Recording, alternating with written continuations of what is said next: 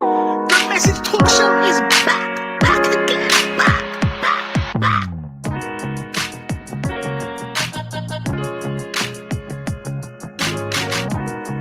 Yes, it's time for you to tune into the Message Talk Show now.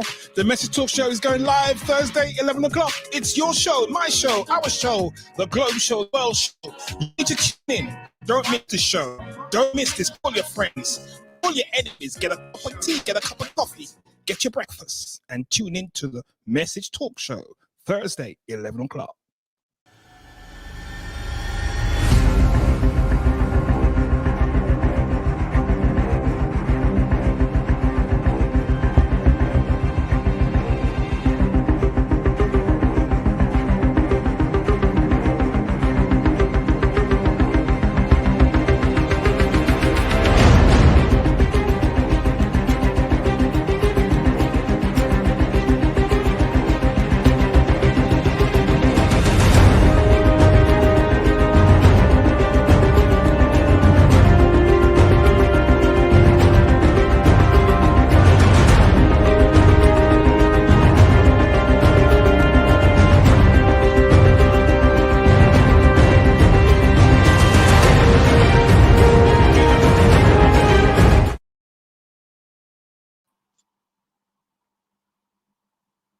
Good morning to you all. Good morning to you all. Welcome back to the Message Talk Show. Today we have a very special guest in the house and someone you have heard before, someone who's very opinionated. And if you've been following this guy, this gentleman on LinkedIn, man, he's got a lot to say about life, about what's happening around us, about the situation that we face in life. And today we've got Terence Channer on the Message Talk Show. Terence, good morning. How are you today, sir? Good morning, brother. How are you? I'm fine. I can't complain. There were times in my life when I used to complain, but I stopped because, it's just great to be able to do what you want to do and to be alive. I think it's great to be alive. Yeah. Absolutely. We have got so much to be thankful for, and particularly in this global, should I say, pandemic, we're still fighting, still alive and thriving, even in the midst of this. It is very important just to give thanks. It's very important because sometimes we don't appreciate what we have until it's gone. That's right. Sorry? Yeah, that's right. Absolutely. Yeah, and the small things that we have, we don't cherish them. And when things start to disappear around you and you see the situation that you face and you're thinking, my, wow. So the very small things, the ability to walk in the park and just breathe the air, watch the birds, all those things, There's a time when I used to be so busy on the train to work, to city, I didn't have time for all of that, But we've grown to appreciate those small things now as part of life, as part of living. So how has lockdown been treating you? Well, for someone who, I do a lot of remote work anyway, in terms of my work, I think that the real knock-on has been, because the other areas have been impacted, it does impact on work, even though I do a lot of my work remotely. So that particular part of it, in terms of my infrastructure and where I work from, didn't really change. But when you've obviously got your most of us have got our lives in compartments. So you have your work, you have your social, you have your family and all that. And it's almost like a building. When you take away one of the pillars, one of the cornerstones, which is the areas of your life outside of work, it will 100% impact on your work life, in terms of the compartments are no longer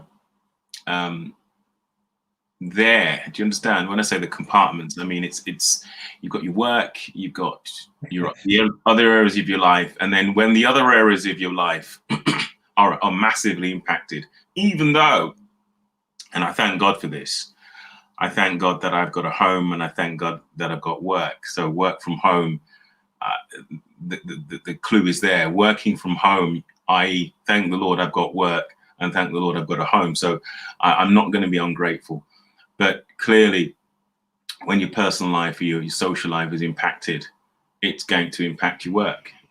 Not in terms of you can't work anymore, but it's that line has been removed, that delineated mark between work and social and private and personal. So the boxes we've created, isn't it? It's those little boxes that we created for ourselves.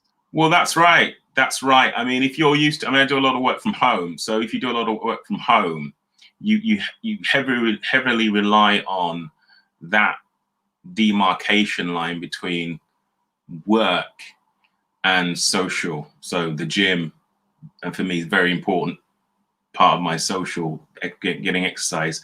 I'm an avid swimmer. I'm a really keen swimmer. So when you have the lockdown and the gyms are closed, and my gym has a swimming pool, for me it's a little bit of a disaster, because then I can't swim. So that part of my life is interrupted. But I'm not here to complain. Well, I give God thanks for all the mercies. Yes, we must give thanks. We must have spent time just to appreciate it, and to encourage people to appreciate what's around them and what they have, regardless of the situation they face, regardless of what's going on. Just appreciate the circumstance, you know? That's right. So we're in 2021. Now, I never anticipated that the lockdown would take us into 2000. When it first happened, I figured a few months, you know, probably December the most. 2021 will be up and running again. And now we're looking back. We've this is what, 9 months now? 10 months of lockdown? Yeah, I mean, 2020 has been an unprecedented year in my life, in your life, no doubt, in the lives of many. I think my dad was saying the same thing. He was saying, look, he has never experienced a year like in his entire 80 odd years of living. To be honest, 2020, it was the sort of year that I thought, well, we've got this virus. Where is it taking us? I mean, I know that the government, I mean, the word I heard yesterday was, I think the word I heard one commentator refer to the government was the optimism bias. Looking at the government's reaction to the virus, and one commentator used the phrase, and it was quite, I think he was someone, I can't remember his name, but it was a think tank, and he reviewed the government's response to the pandemic, and he used the term, which I thought was, I use the term negativity bias, and he used the term optimism bias, which can be dangerous. Optimism bias can be deadly. If you get that wrong, if you're over optimistic and you don't lock down quick enough, it can be deadly. And he used the term optimism bias to mean, well, actually, you're not being realistic about what is happening. And instead of locking down, and so did I have optimism bias? I mean, I think you have. Sounds like you had optimism bias. To a certain extent. I probably had a bit of the optimism bias. I mean, it was at the beginning, it was quite novel that, oh, we can't go out. Oh, or if you do go out, rather, you've got the 30 minutes exercise, whatever the rules were. And I thought that, you know, I can't see this lasting. Well, this has to end. This is just madness. And I think I had a mixture of optimism bias, and then it would switch to negativity bias. And then my thoughts were quite jumbled, because it seemed to me as if the news kept coming, and on the one day you'd feel optimism, and then the next day you'd feel negativity. And then there's this big push for a vaccine, and then there was talk of that this vaccine could take years. Yeah. When you heard that the vaccine could take years, you're like, what is going to happen to our lives? What's going to happen to our livelihoods? God, please, please, Lord, we need you. So, yeah, 2020, I don't know what to say. I mean, there were other things that happened in 2020, but the COVID-19 seems to have overshadowed there's a lot happened in 2020. George Floyd. Joe Biden won the presidency in 2020. I mean, we all remember that, don't we? Yeah. Oil prices. Do you remember when the oil prices plummeted? Yeah. So the oil prices plummeted, and then you also remember Belarus, the protest in Belarus. Yeah. I mean, a lot of that happened, but yeah. I mean, you probably. I mean, I'd totally forgotten that President Trump had been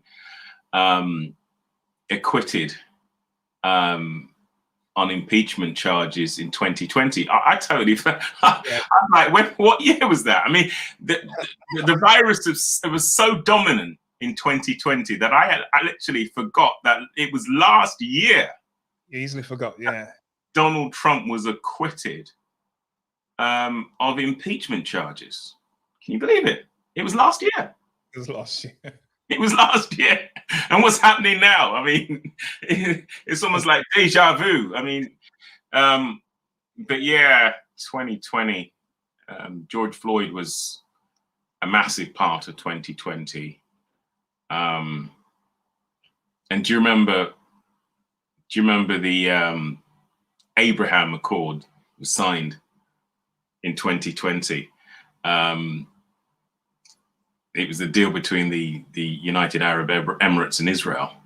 Do you remember that? I mean, those things happened in 2020, and that was a big event. That was a big deal in 2020, the Abraham Accord. But we just forget. We forget that.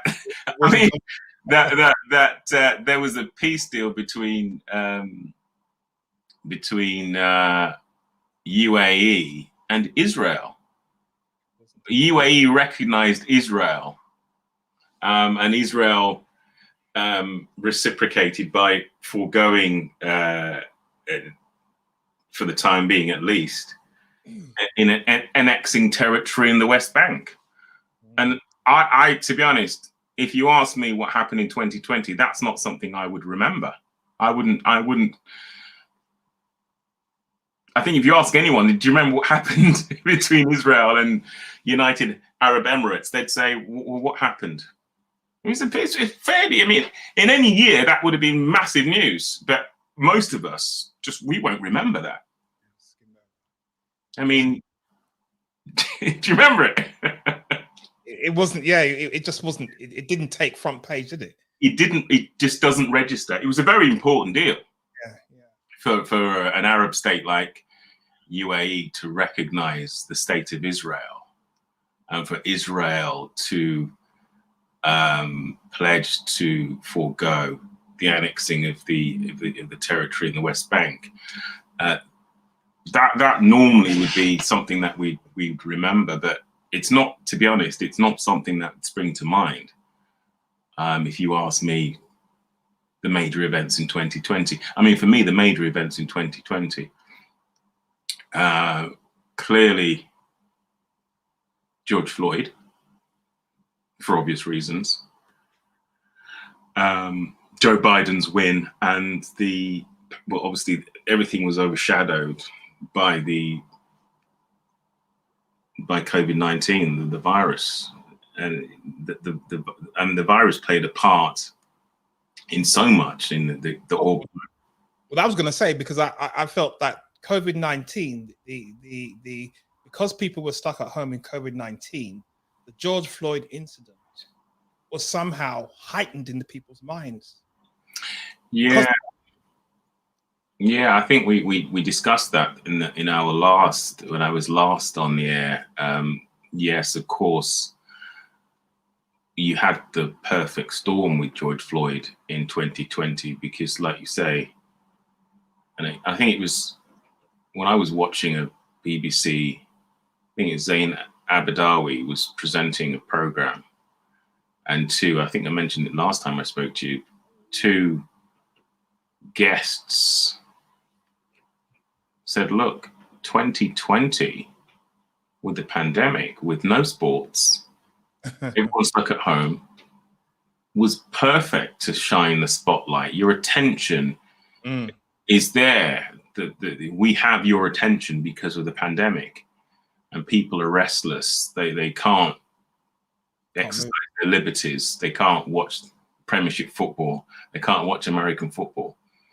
And lo and behold, you have this image broadcast across the globe of a man with his knee on another man's neck. And so it was the perfect storm. And yeah, it amplified it probably by 10, because when your attention is grabbed, it's held because of a worldwide pandemic, then it's the perfect setting for you to focus on something which is more political rather than pandemic. I would say 2020 really, really challenged our leadership. I think it's a year that really brought home the magnification of leadership around the world. Yes. Yeah, because what you had, and if you look at the UK, Boris Johnson, if Boris was told, look, you're going to become prime minister, he would go, yippee-yay! He did. There is a caveat, Boris, and it's this. You will have to manage the UK through a global pandemic. It's an invisible enemy. It's not a war. You're not Churchill. It's a global pandemic. You will need to shut down the economy. You need to lock down the people. Are you ready? Boris Johnson would say. Anybody else want to take this? Frankly, Boris didn't. There's no way, of course, Boris Johnson could have envisaged that this would happen. But I think that if you were to give him the prime ministership and tell him that you are going to have to navigate the country, steer the country through the most worst possible time ever, catastrophic period in terms of the economy, in terms of lives lost due to a pandemic, I think he would say, look, I just not something I can bear. And then you'd say to him, look, but you're also going to be in hospital with COVID. He would say, no, I'm not, no way, I'm not. Please let this cut pass. That's what I would say. But think about it. What prepares you as prime minister to run a multi-billion-pound economy? Yeah, the closest you've come to running an organization is being mayor. Yeah, and you've got the team around you and your profile. But this job, you're running the whole economy, making decisions for so many people that's going to affect their lives. What prepares you for that? There's no course. There is no one-day course he could attend to sharpen his mind to say, right, this is how I'm going to play the game. What prepares? Yeah, it's very difficult. I mean, you as a prime minister, as a leader, and I'm so glad we're talking about leadership today because it's such an important subject. As a leader, there are things that you've got to do as a leader. And I would say one of the biggest things that you need to do as a leader is surround yourself with experts, people that you can trust, you can trust to advise you. You see that to a chaotic extent in the Trump administration, and he's changed advisors like he changed his underwear. You see it also in Boris Johnson's leadership. You see him surrounding himself with individuals, and one in particular, who came a cropper to some degree with the pandemic, which is Cummings. You've got to, as a leader, it's not a one-man show. It never has been. It can never be a one-woman show or a one-man show. And in fact, I said it can't be a one-man show. Then I quickly corrected myself and also added it can't be a one-woman show. I was on a Zoom last night with the Labour MP. Oh God, you know what, her name escapes me. I don't know. I've got a brain freeze. But anyway, Labour MP, black Labour MP, female, who said that the countries like New Zealand, who have women leaders, have tended to fared better in dealing with the pandemic than male leaders. Sorry, Dawn Butler, the name is. I just had a little brain. My brain was just freezing, frying up in there, and she mentioned that, and I thought, yeah, she's got a point, because New Zealand managed splendidly well. But going back to leadership, but I heard Pierce comment on this. Pierce said nobody goes to New Zealand like how they travel to the UK. The UK borders, business people come in and out of the UK at a much greater rate than visiting New Zealand. New Zealand it's not one of those places that's on the map that everyone wants to go to do business. That's his explanation. And he's got a very good point. I mean, there was a time when I didn't agree with anything that Piers Morgan said, and then all of a sudden Piers Morgan began to start saying things, and I actually started to respect him more, because I realized that he would call out racism. Yes, he started to. Yes. And I thought, well, okay, so the phrase became, I can't believe it, but I'm agreeing with Piers Morgan. He had a run with the activist. He had that running with that solicitor activist. I can't remember her name. Shola. Yeah, Shola. He had a running with her in the show, man, and she put him straight, man. After that, he was different. Yeah, Shola did a good job on Piers, but yeah. So, yeah, on the issue of leadership, you've got to have people around you. And we call it buying in expertise.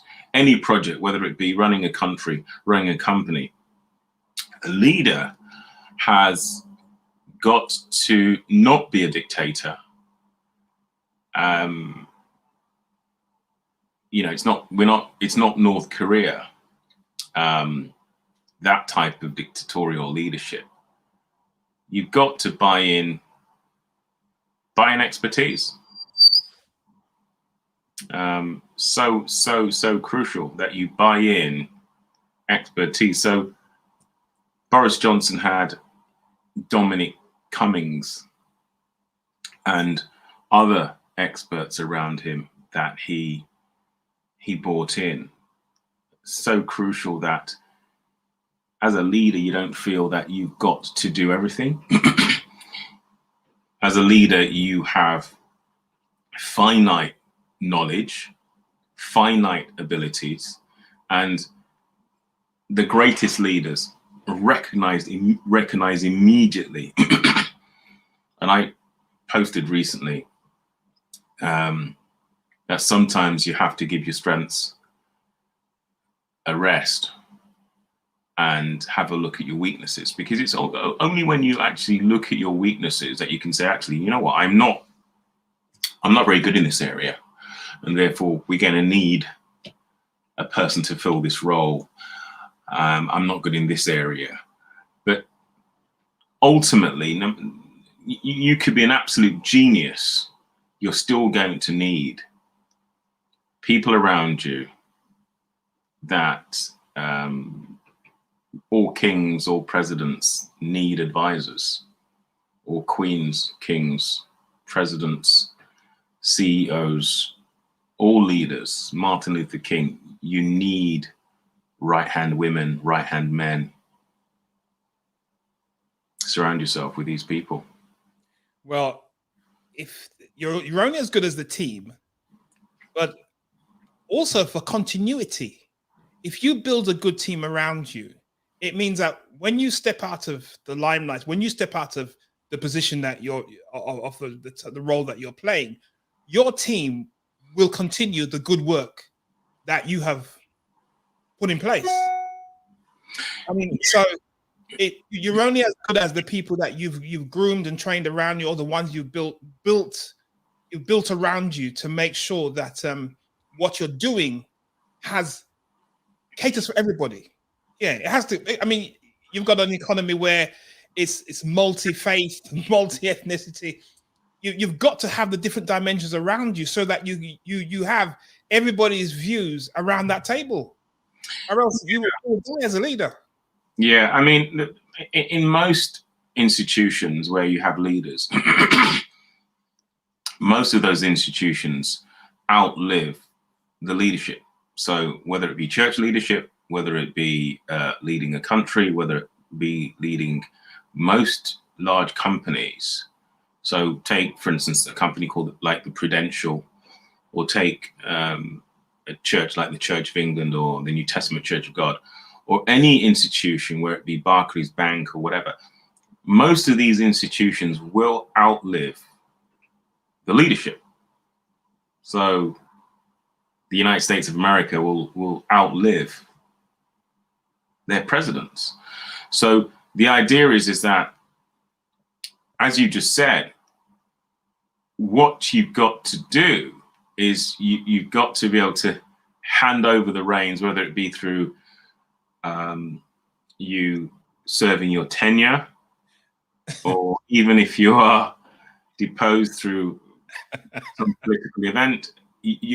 What you want really, and I suppose the same applies to an institution like Barclays Bank, or a church institution like the New Testament Church of God or the Church of England. What you want to be able to do is to say, well, actually, I have now finished my course. I've done my tenure of whatever it might be, 4 years, 8 years, and I'm handing over. I remember, and I think you probably remember the same thing, was when I think it was when the Conservative won the election. What year was it? Was it 2010? I'm trying to remember. And Labour, I think there was a note saying there's no someone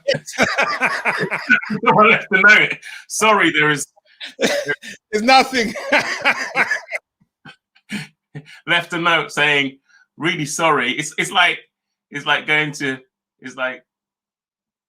spend some time at someone's house, or taking over someone's tenancy or something, and you look in the fridge and it's empty. It's like, you go to the fridge is empty. The lard was bare, and that's not how you want to leave any.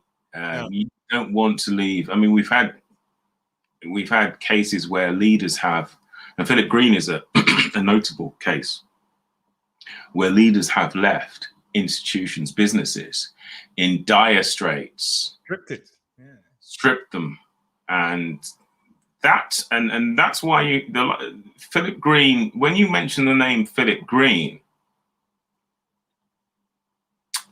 for a lot of people, it conjures up images of negativity. So you think of Philip Green, you think of someone who was probably not a good custodian. So as a leader, you need to be a good custodian. You need to say, well, actually, I have this organization, whether it be a church or a business, and this has to endure in perpetuity. It has to endure. It has a legacy that needs to continue. So when you look at, and I know it's slightly controversial, but if you look at an institution like Cadbury's, and the reason why I say it's slightly controversial is because obviously, where did they get their cocoa from, and at what price did they get their cocoa back in the 19th century? So that's another story. But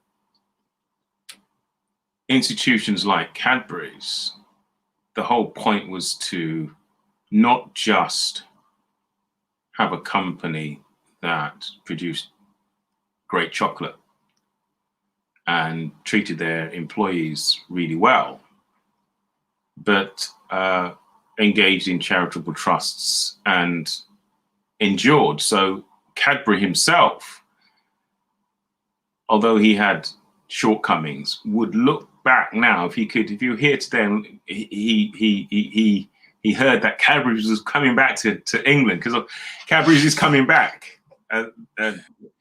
Cadbury's is coming back. So we know that from the headlines reports that Cadbury's is coming back to the UK. It will have its base back in the UK. Cadbury's would look at that, and he would look at the fact that his company has endured. Okay, Kraft bought Cadbury's, but the name endures. And okay, they did change, apparently they changed the recipe. So the people are saying, well, Cadbury's are coming back to the UK, but is the recipe going to revert back to the old? And I'm not sure there's any plan to change the recipe revert back to the original recipe. But Cadbury's can look at Cadbury's and think, my creation, the institution, has endured for centuries. And I think any leader, any good leader, thinks not of his own legacy, but the legacy of the institution, whether it be the church, whether it be Cadbury's, whether it be a charitable trust. So many leaders, they create charitable trusts that endure.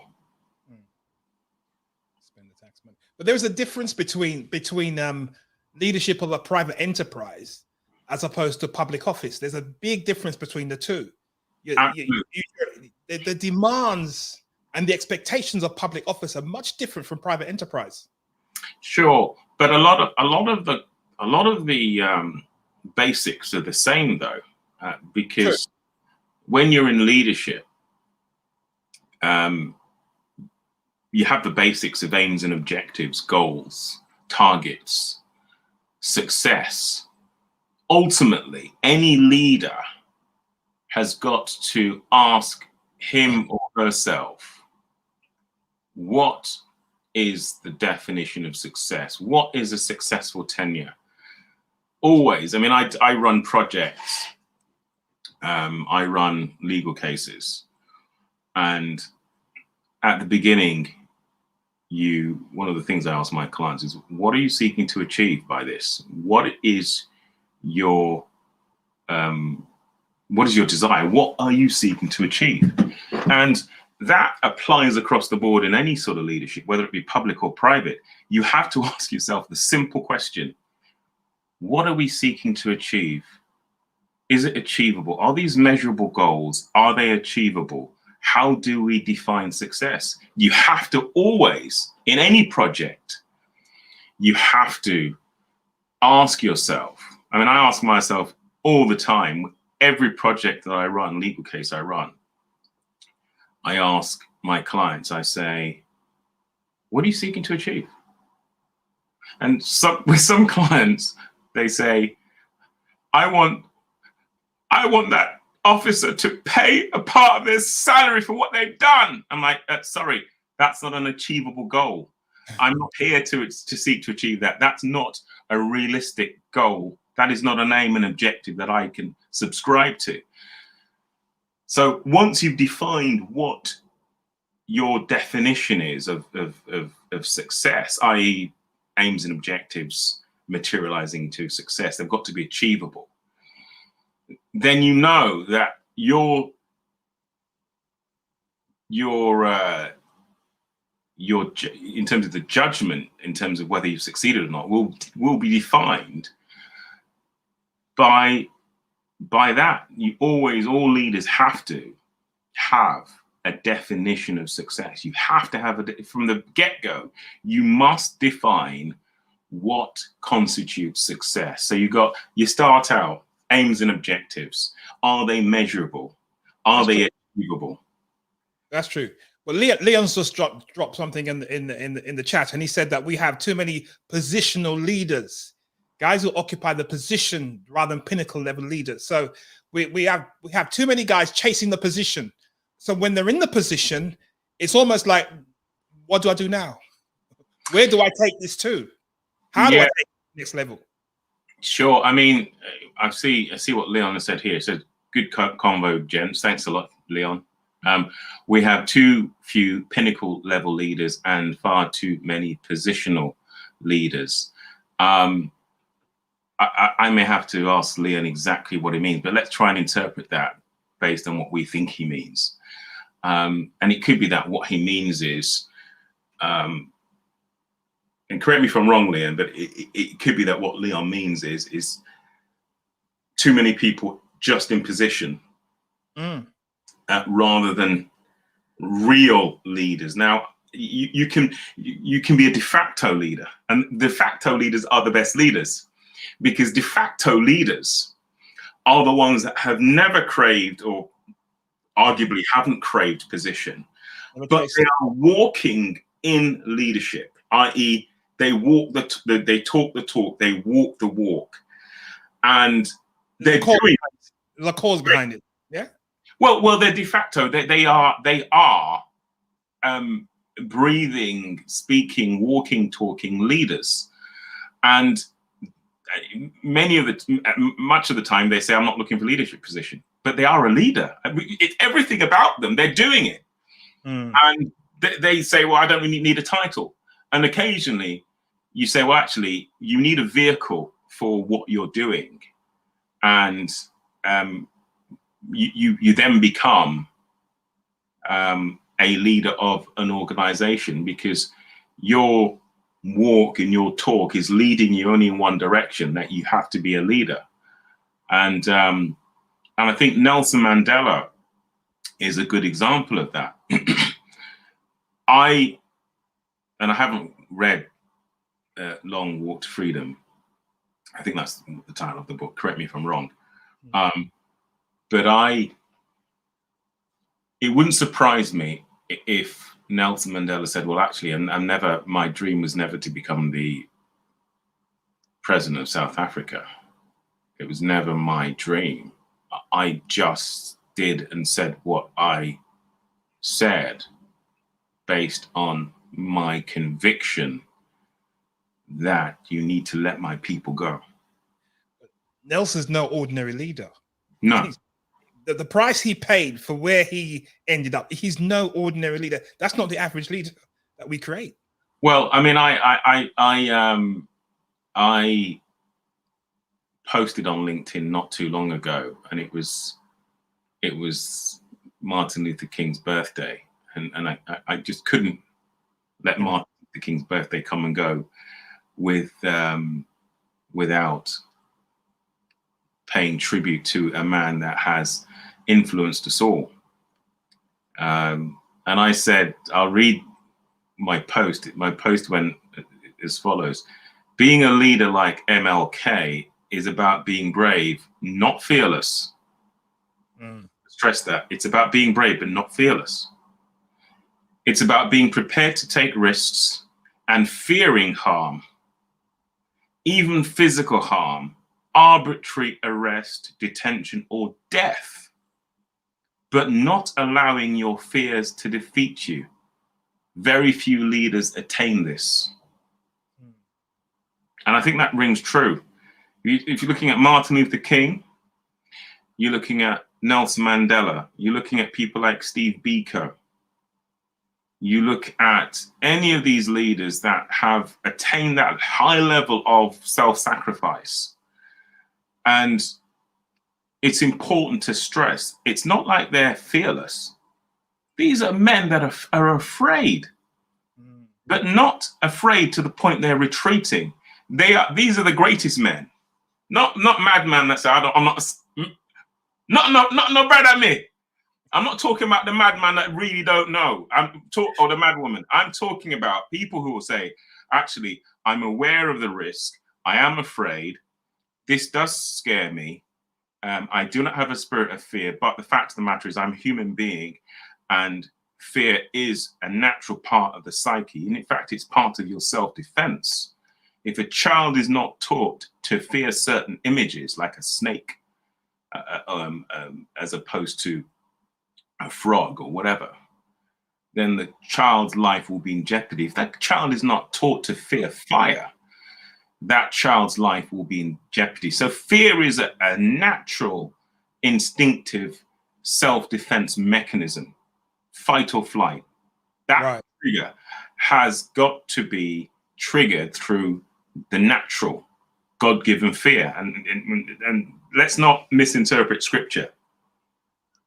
You know, if I see a lion, if someone says, "Oh, fear not, fear not," it's a big lion. He's got big teeth in his mouth. Fear not, though. Just stay where I won't fight you. I'm like, goodbye. I'm gone.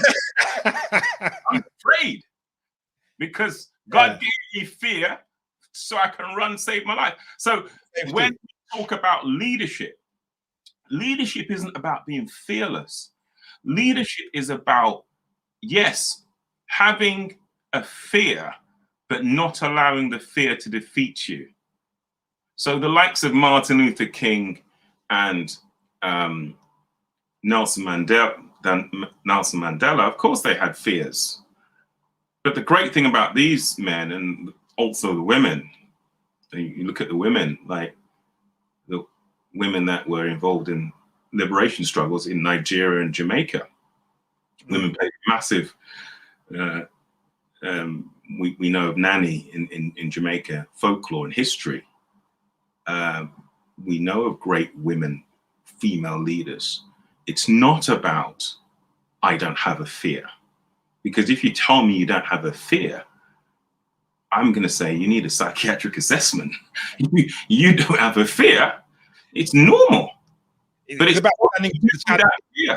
it's facing the challenges. It's facing absolutely. And like I said about Martin Luther King, he had a fear, but being prepared to take the risk and fearing harm, even physical harm, arbitrary arrest, detention, or death, but not allowing your fears to defeat you. Very few leaders attain this.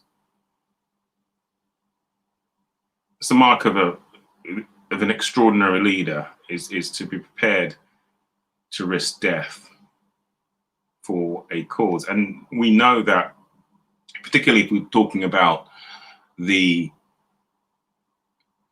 Black cause in terms of the inequalities, the oppression, we've known of many leaders that have feared for their lives, but continued to press forward. And many have ultimately paid the price for that. Martin Luther King, we know he paid the price for having fears, but not allowing his fears to defeat him. He paid the ultimate price. But how do we, you see, paying the ultimate price? We said there's you're driven by a cause, driven by something. You're driven by a cause greater than yourself. Martin Luther King stepped into an era and drove this vehicle. And I don't know if you watched there's a documentary on Sky called John Lewis, and it showed John Lewis as a young man just idolizing Martin Luther King, idolizing him, wrote to him. Martin Luther King helped to sponsor him to go to university, and when he finished, he took up the cause as well because of Martin Luther King. Followed in all the footsteps and end up in the Senate because of Martin Luther King. That is a different type of leader than the ones we're electing. Yeah, I mean, you've got, and I think the term is conviction politics rather than career politics. where you've got conviction politics, these men and women are leaders, and much of the time they're de facto leaders. They're already making strides, and many people are encouraging them, and I'm sure Barack Obama was the same, to run for office. They say, well, you're doing it anyway, you might as well get a title. A lot of the time leaders say, oh, actually, no, de facto leaders say, no, I don't want a title, I'm just doing my thing. But like I said before, if you're a de facto leader and you are doing your thing, sometimes you need a more powerful vehicle, and that more powerful vehicle affords you a formal title. And I think I have much more respect for the conviction leaders with that sort of conviction, rather than your technocrats, your career leaders. But we still need the career leaders. Of course we do. I mean, I'm not the career leaders as well. Yeah.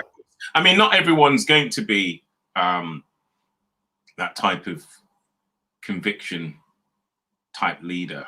Although you do want your leaders to have some conviction at least. Exactly. You said it. You do want some sort of conviction and belief. Absolutely, you do. I mean, the leaders, and the other thing as well you have to remember is this, is that, and it goes back to what we were saying before, sometimes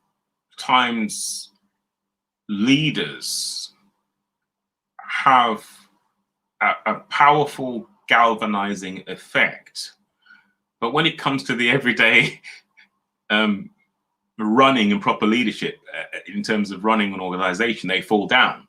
So that's where that leader then says, well, actually, I've got the powerful galvanizing effect. And I hear that Martin Luther King, to some extent, he was a powerfully galvanizing leader. But when it came to the CV, what can you actually do in terms of the technical stuff? He fell short. But that's where you say, well, actually, it's not a one-man job or one-woman job. If you've got that powerful type galvanizing effect as a leader, you can rally the crowds, but your administrative skills are poor, then you simply say, well, actually, it's not just me on my own, it's a team. And it goes back, it goes back to recognizing what your weaknesses are as a leader. You've got to identify your Achilles heel. It's very, very, I mean, let's look at it this way. Every battle involves two or more belligerents, two or more parties in a battle.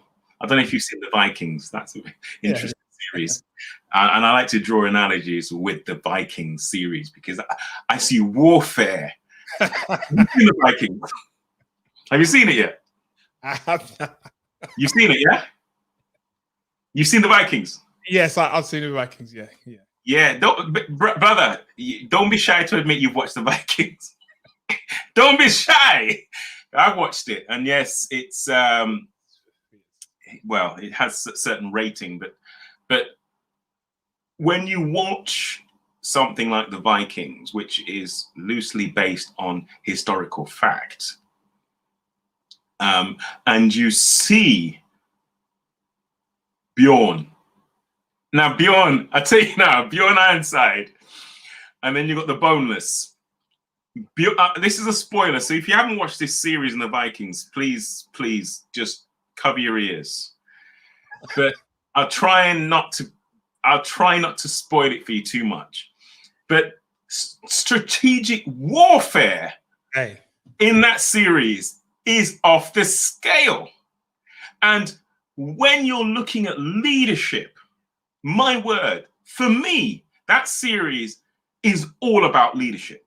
It's all about leadership, and they flesh it out. There's flesh on the bones, but it's about kings and earls. It's about leaders. What makes good leaders? But you see, that brings home the fact that during war, it brings out certain types of people, doesn't it? War brings out leaders. War brings out was it the warriors then, the people who can fight? Yeah, but the reason why I don't want to digress. The reason why I mentioned Vikings was this: I talked about knowing your Achilles heel. Yeah. In every strategic war, whether it's Napoleon, whether it be Shaka Zulu, no matter who the leaders are doing the same thing. They're looking for Achilles heels. They're looking strategically for the Achilles heel, that soft underbelly that is susceptible to attack and successful attack. Weakness. And that's why every leader, it's not just about knowing your enemy's weaknesses and your enemy's Achilles heel. It's about knowing your own. So first, before you even start, it's like before you even look at, check out the beam in your own eye. Check out the beam in your own eye. When it comes to leadership, the first thing you need to do is self-examination. If you're going into any form of war or any form of project, you've got to say, Terence, Alex, what is my Achilles heel? Yes, I'm a leader. Yes, I'm leading. I am Bjorn Ironside, leading my people into battle. What is our Achilles heel? We need to know it first. Before we look at the opponent's Achilles heel, we need to find out, examine, play, excuse the term, but play devil's advocate with yourself and say, what about this? What about that? Don't you think that you've got a vulnerability in that area? And the idea is to plug, as far as you can, plug the gap, that vulnerability, shore it up, fortify it, and then go into battle. And it may be the case that you can fortify it to only a certain extent. but the fact that it's a vulnerability is, and you try to do something about it, is important. And when you watch something like the Vikings, you can see all these strategic battles going on and second guessing, and what is the boneless going to do? Well, I know he's going to do this. What's Bjorn going to do? Well, I know Bjorn's going to do that. And so it's about knowing yourself as much as knowing your enemy. And that applies to any project, because when any leader embarks on a project, and I always say, I think the other day I said, look, when you embark on a project, there are 5 top things you need to do. And I think one of the top things that I said when you embark on a project is be careful who you share your vision with, your plans with. Because not everyone you share your plans with are supporters or friends. And another one of the top 5 things I said was draw up a case plan. In every single battle on the Vikings, you see a case plan. Now, our case plan is in writing, but in the Vikings, you see models, strategic models of the battlefield. Layouts. And in one series, you see I think it was Ivor the Boneless say, we need to survey the battlefield. And so what do you mean? We need to go there. We need to have a look at the battlefield. We need to look at the gradients. We need to look at the landscape. We need to survey its reconnaissance. Because what they say is, if you fail to plan, you plan to fail. Yeah. So 21st century Britain now, how do we create, we're looking at the Vikings and drawing a parallel to say, okay, the strategies they use and how they fight their battle. But in 21st century Britain, how do we now put things in place to create the type of leaders that have an element of conviction for and belief in what they're doing, consider the people, leaders that won't disadvantage anyone, so to speak? How do you drive that kind of leadership? It's a very, very good question, and I'm not sure I have the answers to that. I mean, I can tell you in terms of what I have noted makes a good leader, and I had a list that I put together, and I can run through my list. Hey, go through it. That's a starting point. And it's the list that I posted on LinkedIn, which was my 14 things that I believe that if you are. Okay, 1 minute, 1 minute. I don't know where you're listening to us from today, but you are about to get the 14 things to consider as a leader. If you're developing yourself as a leader, if you're developing leaders, listen very carefully now, guys. These things you must consider. Now, go on, sir. Now, I must stress, I'm not an expert in leadership. So if people say, "Oh, what you missed off this?" No, these are my personal ideas. I'm not a leadership coach. Put a disclaimer in there. Okay, let's put a disclaimer. just to be clear on that, people. And this is my 14-point leadership. Number 1, humility. Prepare to muck in at all levels. So that's my number 1. My number 2, sorry. Never reluctant to apologize for errors. Saying sorry is not a weakness, it's a strength. And saying sorry when you genuinely have made an error is a very strong, I think, feature in leadership. Number 3, responsibility. A leader takes responsibility for personal and corporate failings. You don't pass the buck, you take responsibility. Number 4, determination. Not a quitter, but listen to this. Listen to how I stress this. Not a quitter, but knows when to quit. Now you might say, well, what are you talking about? Knows when to quit. I'll come back to that later. It's important to know when to quit.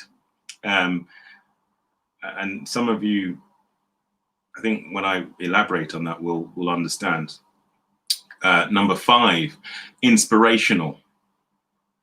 A leader inspires, never bullies. So you get people to buy in to the dream, to the direction you're taking your organization, not by bullying them, but by inspiring them. Number 6, courageous. And we talked about courage, didn't we? We talked about knowing and feeling fear, but still continuing. Courageous, not afraid of change or making unpopular decisions. I talked about fear, and okay, I say not afraid there, but I think you know what I mean. It's a wider aspect of leadership, isn't it? Being courageous. Number 7, leads by example. So leads by example is not a dictator, and that's part of inspirational leadership as well. Number 8, trust. Give space to workers, employees, those that you are leading to get the job done. It's so important that you trust the people. Why employ someone if you're not going to trust them? What's the point? I think it's important to trust. 9, knowledgeable. Ignorance is not bliss. Now, I'm not saying knowledgeable of all matters, because leaders are finite in their knowledge, but there has to be a certain minimum level of knowledgeability, of knowing. Ignorance is not bliss. Number 10, delegates. So important. As a leader, and we talked about this earlier, that it's so important to delegate, even if you are good in an area. A leader's time is finite. So even if you know how to do something, you've got to think to yourself, well, actually, I've only got 24 hours in a day. 8 of those hours are sleeping, or some people it's only 6. And then the other 16 is split doing this and that. So there's only a finite amount of time. You've got to delegate. even if you're an expert in a field, you still need to delegate, you still need help, because you've got finite time, and time is a massive, massive resource. And of course, if you are a leader and you are out of your depth in a certain area, you buy in the expertise, you delegate. Visionary, number 11. Without vision, the business will perish. You've got to have a vision for your business. You've got to be a visionary. Number 12, weakness, is acutely aware of her or his weaknesses and buys in talent to compensate. And that overlaps with delegating. 13, honesty and integrity, not a liar, not a cheat. I think a lot of Trumps, and I'm not here to beat up Trump, but I think if we're looking at leadership, we can draw some comparisons between leaders. And if you look at Trump, I think one of the problems with his presidency was I believe, the lack of honesty and integrity. And then 14, discreet. Careful and prudent in speech. You've got to know when to say the right thing. And I've got a good example of the lack of being discreet. Do you remember, was it Ratner's? Yes, Ratner's. I told that 1980 something. Not Ratner's. Do you remember that? Well, Hey. For those of you that don't remember Ratner's, please look up Ratner's. On national TV. Talk about being discreet. You're a leader of a company, a jewelry business, and you tell people it's crap. I think he used the word crap, didn't he? Yeah, it was the word crap. It's crap. He used the word crap. The 90s, wasn't it? He used the word crap. That's after making millions. And what happened overnight? I mean, that was it was one of the biggest corporate fiascos in history. Share price. I will never forget what Ratner said about Ratner's. He had a very, very successful business, and just lack of being discreet. If you think that you're, and I suppose you have to ask yourself, honesty and integrity. If you believe that what you're selling is rip-off stuff, don't sell it. And that goes to honesty and integrity. He crossed so many of the lines on leadership there. I mean, certainly he just wasn't discreet. I mean, that was if you go to any top 10 disastrous statements, any top 10 disastrous corporate statements, I think Ratner's probably number one. Yeah, I think Ratner's up there, number one, number two. It was an absolute disaster. You've got to be careful and prudent in your speech.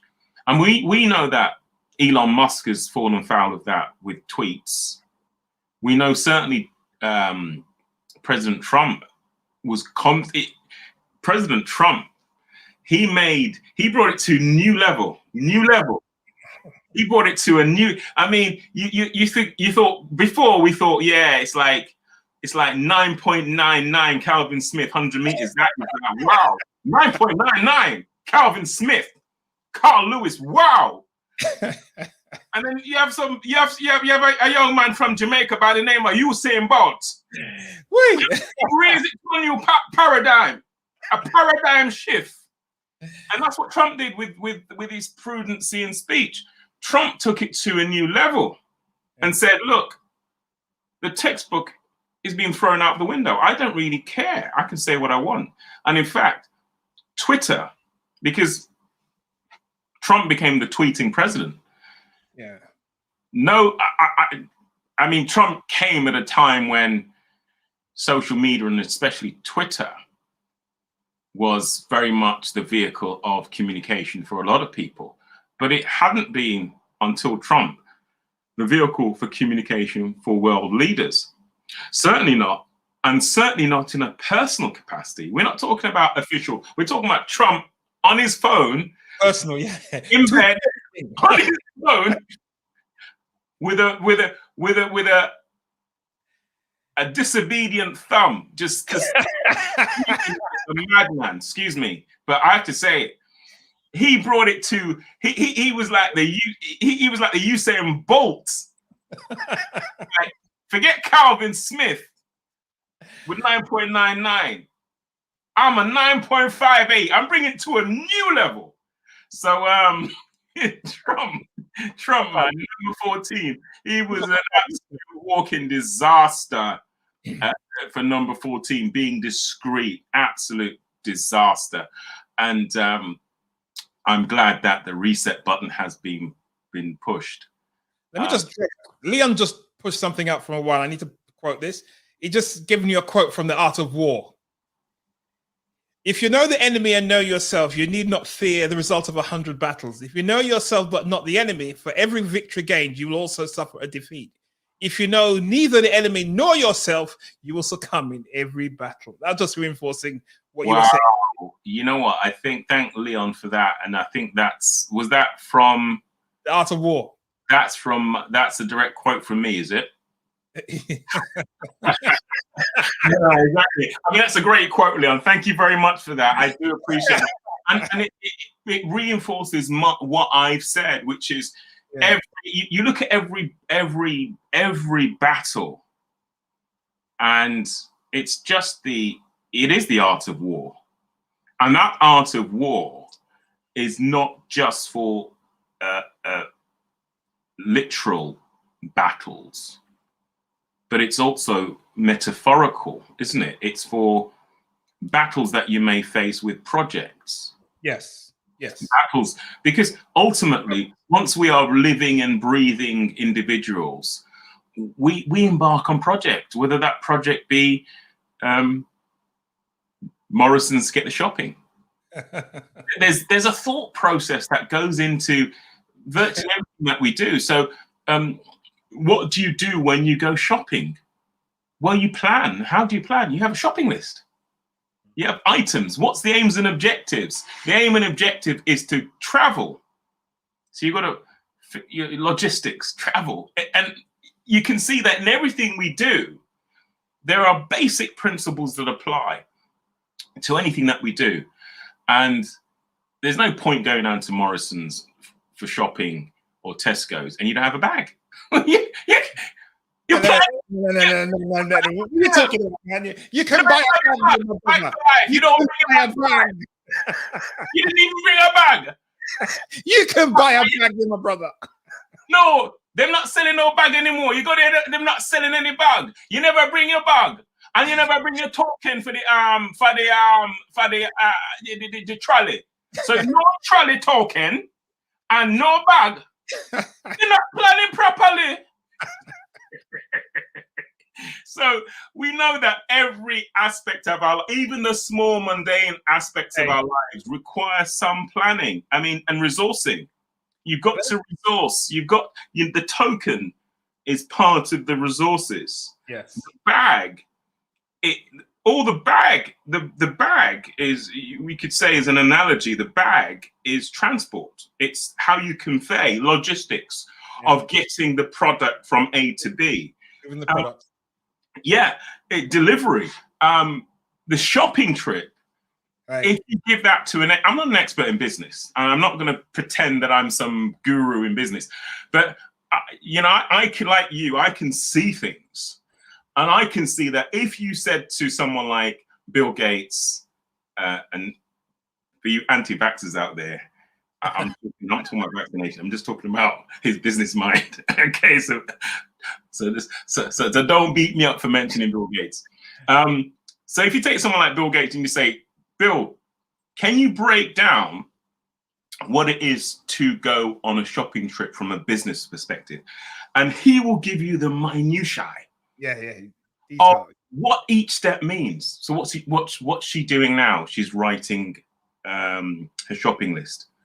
Well, that's a business plan. That is effectively what the plan is. The plan is to obtain these items, and the list sets out these items based on what? Based on reconnaissance. The reconnaissance is you've checked the cupboards, you've surveyed the land, you've looked in the cupboards, you found that this is missing, that is missing. This mission is based on a reconnaissance. I've done my reconnaissance, there's no milk. I've done my reconnaissance, there's no bread. I've done my reconnaissance, butter. And then once you've got that plan, the plan is, then where do we go for this? And then you start to strategize. Well, and my mum is she's an expert at this. She's like, well, you can't get 5 for a pound in. Hey, she knows where to get the deal. You only get 4 for a pound in Morrison. But if you go Tesco, you can get this other item 5 for a pound, whereas Morrison's is only 3 for a pound. So where are we gonna go? We're gonna go Tesco or whatever. So it's home economics.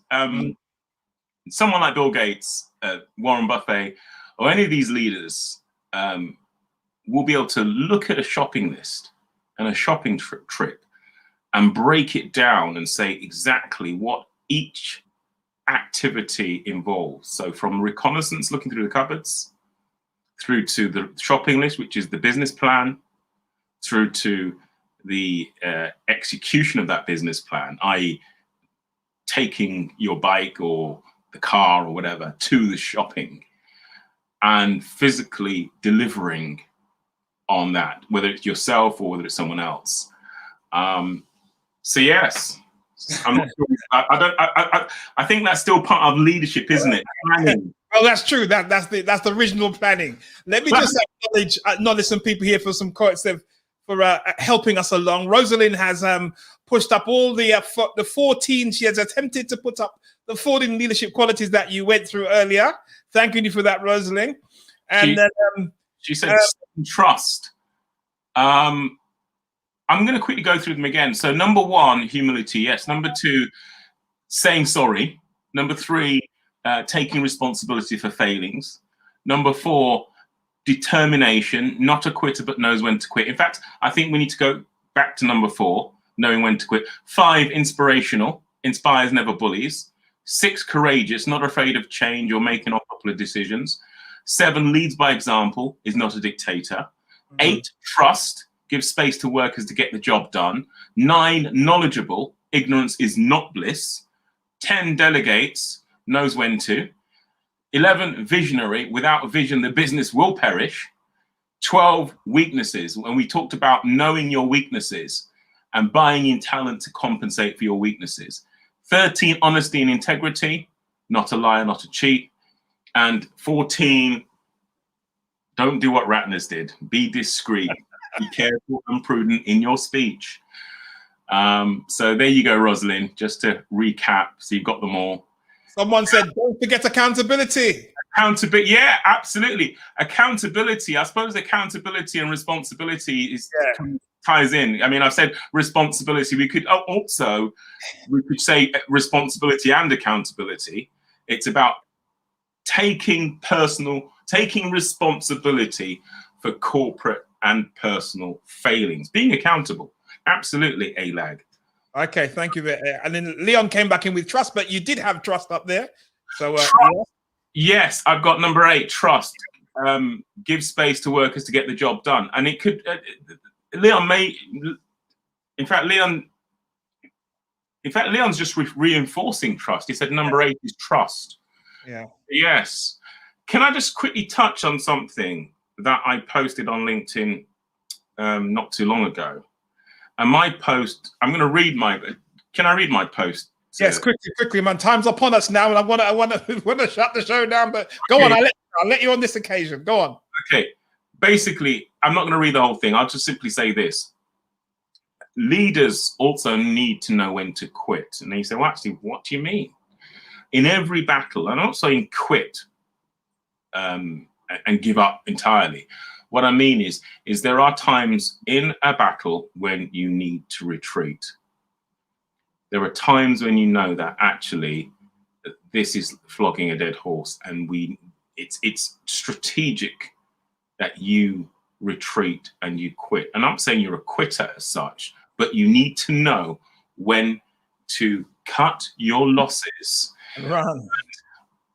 Failing to do so can be a life and death decision. So if you're on the battlefield and you say to your troops, carry on, and they're going to be slaughtered, then you've got blood on your hands.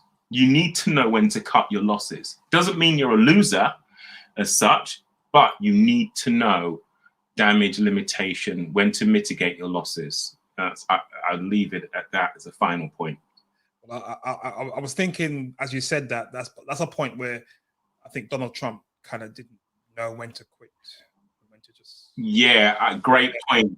Yeah, you need to know when to just say, look, I concede. And he should, and what Donald Trump did by failing to concede was, I'm sure, 5 lives have been lost, and he's created a devastatingly polarizing effect in America in terms of political climate. It's awful. It's terrible. Awful. So yeah, I would 100% say that his failure to quit and concede has, I would say, it's cost lives. And I must say, Pam here has I don't know what point you were talking. I think this was a point when you were mentioning the shopping list, Bill Gates on the shopping list and the planning, and she came in and said, "For real?" Yeah, absolutely. Yeah, Pam. Yeah, absolutely. Pam, my sister. Yes, sister, you've hit the nail on the head there. Yeah, definitely. There's so much that we can learn from leaders who have failed and leaders who have succeeded. It's good to study. It's like music. If you want to be a good musician, you study musicians. If you want to be a good singer, you study singers. If you want to be a good leader, study leaders. And study not just the successful ones. Study leaders that have failed. Yeah. Study leaders that have failed. And see, look, why did they fail?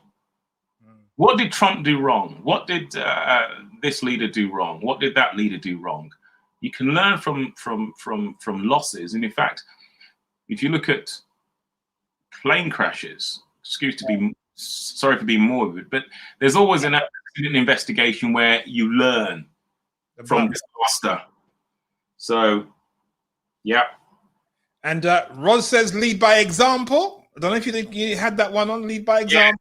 Yeah, I think I've got that. Number 7 is leads by example, is not a dictator. And Leon came back again, developing others. Yeah, you know what? Thank you, Leon. You reminded me because when I agreed to talk today, one of the things that I thought, and it may be in it may well be an inspirational, but I think Leon's right to specifically to mention this, because I look at church leadership and I look at the pioneers that have gone before and the great church leaders like S.U. Thompson and Lysite and Reverend Strawn. And my dad as well. My dad was just in case you don't know who these leaders are. These are leaders within the New Testament Church of God. All right, just make that note. Okay. Sorry to be so maybe obscure. But when I studied these leaders, I noticed one thing about these leaders, and it's covered in some of what I've said about the 14 major points for leadership or characteristics, and it's this. These leaders were so self-assured. These leaders did not feel, what's the word? They didn't feel in any way undermined by talent. And in fact, what these leaders sought out was talent to groom and send out, to plant, whether it be a Tesco local or Tesco Express or a church plant. Leadership, and glad that Leon mentioned this. Leadership is about developing other people. I've seen it in church leadership where I've seen pastors that have felt insecure about talent. They're not good leaders. The leaders that feel secure when they see talent and promise and develop that talent are great leaders. And even the Vikings, a great example of how Ragnar developed his son to become even greater. And so as a leader, if you're developing talent, you should never be afraid that your talent is going to have a double portion. Is going to be greater than you. Hey. And yeah, thanks a lot, Leon. It was definitely a point that I was thinking of from my own personal experience of being under leadership that was never afraid of you see, this is good. Alag said, rather say quit. But I think what he's saying is rather not say quit, but re-strategize. Now, you know what? I'm going to tell you now. I'm going to be blunt, Alag. Quit when the going's good. Quit. Throw in the towel. If the boxer is going to get brain damage from too much punishment, your corner needs to pull you out. And that's quit. And there's no shame in quitting at the right time. I use the word quit because people understand it. If I say, oh, re-strategize that, what do you mean? No, quit. Quit. Yeah, man, quit, man. You need to quit. If you're in the boxing ring and you're taking blows, you need your corner to throw in that towel. There's no shame in it because your corner is saving you to fight another day. That's what it's about. I'm not saying quit as in you're a quitter. I'm saying quit, get out. You're taking too much punishment, get out. Live to fight again. Live to fight again. And in fact, you might not live to fight again in that. Doesn't mean you live to fight again in that specific sport. It may be the case that you quit boxing. It's good to quit now because what is the point being brain damaged when really your next pursuit is something greater than boxing? So you got to know when to quit. Okay, we're time's really blown us away now, and we're about to close the show. But there was one thing you said on LinkedIn this week, and I thought I must pick you on this. And it was when you threw out on LinkedIn, Muhammad Ali and what was the other boxer's name? Floyd Patterson. And you were talking about what made Muhammad Ali great, and there was a load of comments about what made him great. And I thought about that and think, what was it that made Muhammad Ali so great as a boxer in the ring? What was it? People said that people were talking about mindsets. They were talking about what he did before. But one of the key things with Muhammad Ali was that when he went into the ring, he never lost his head. Mm.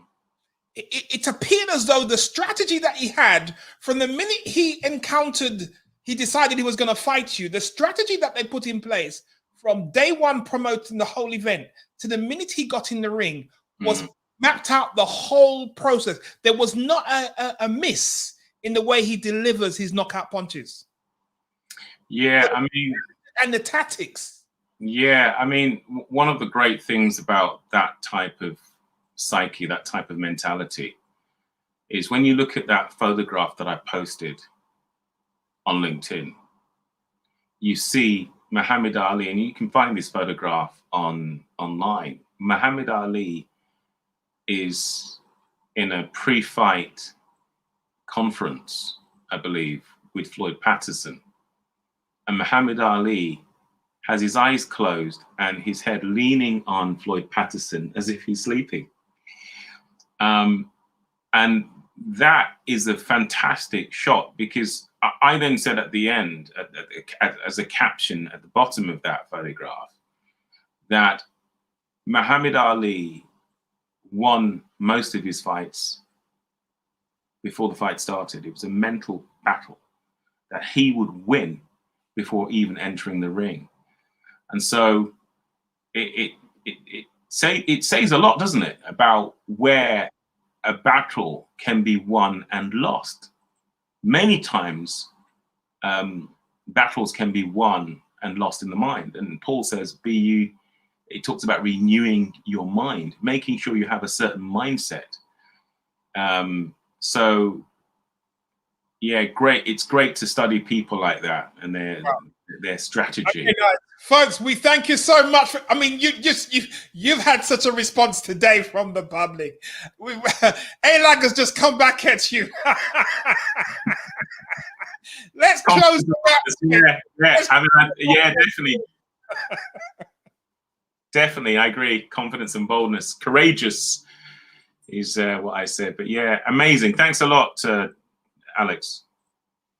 And if for further information, Terence, award-winning advocate, he's on LinkedIn. And I think Terence is also in Clubhouse. Hey, so if you want to engage in conversation, have you run any rooms in Clubhouse yet, Terence? No, you know what? I've just waited. I've just dipping my toe in. I'm not throwing myself into it fully yet. I think Clubhouse is something where I think you have to be selective as to what chat you engage in. You'll get consumed. Well, it's not. I think like anything online, some of it is just foolishness, frankly, and you just wait for the good stuff. And I think it's worthwhile waiting for edifying, because I just want edifying conversation, uplifting conversation, positively challenging conversation is what I want. Something that's going to stir me and stir others to do good things. Wow. Well, I thank you so much. You have definitely stirred the heart today. People have contributed, and it's been awesome just having you on the program today. Thank you so much, Terence, for tuning in. And thank you guys for tuning into the Message Talk Show. We're back again next week. So come back, call your friends, call your enemies. Don't miss out the Message Talk Show.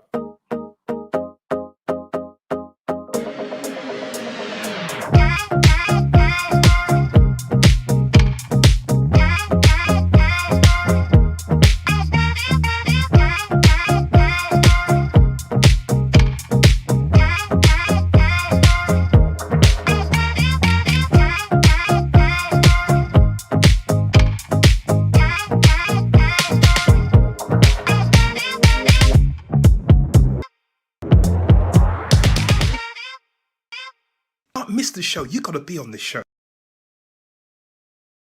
Message Talk Show is back again, back.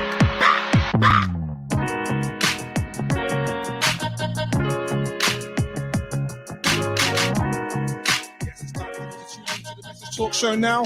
The Message Talk Show is going live Thursday, 11 o'clock. It's your show, my show, our show, the Globe Show, the World Show. You need to tune in. Don't miss this show. Don't miss this. Call your friends. Call your enemies. Get a cup of tea. Get a cup of coffee. Get your breakfast. And tune in to the Message Talk Show, Thursday, 11 o'clock.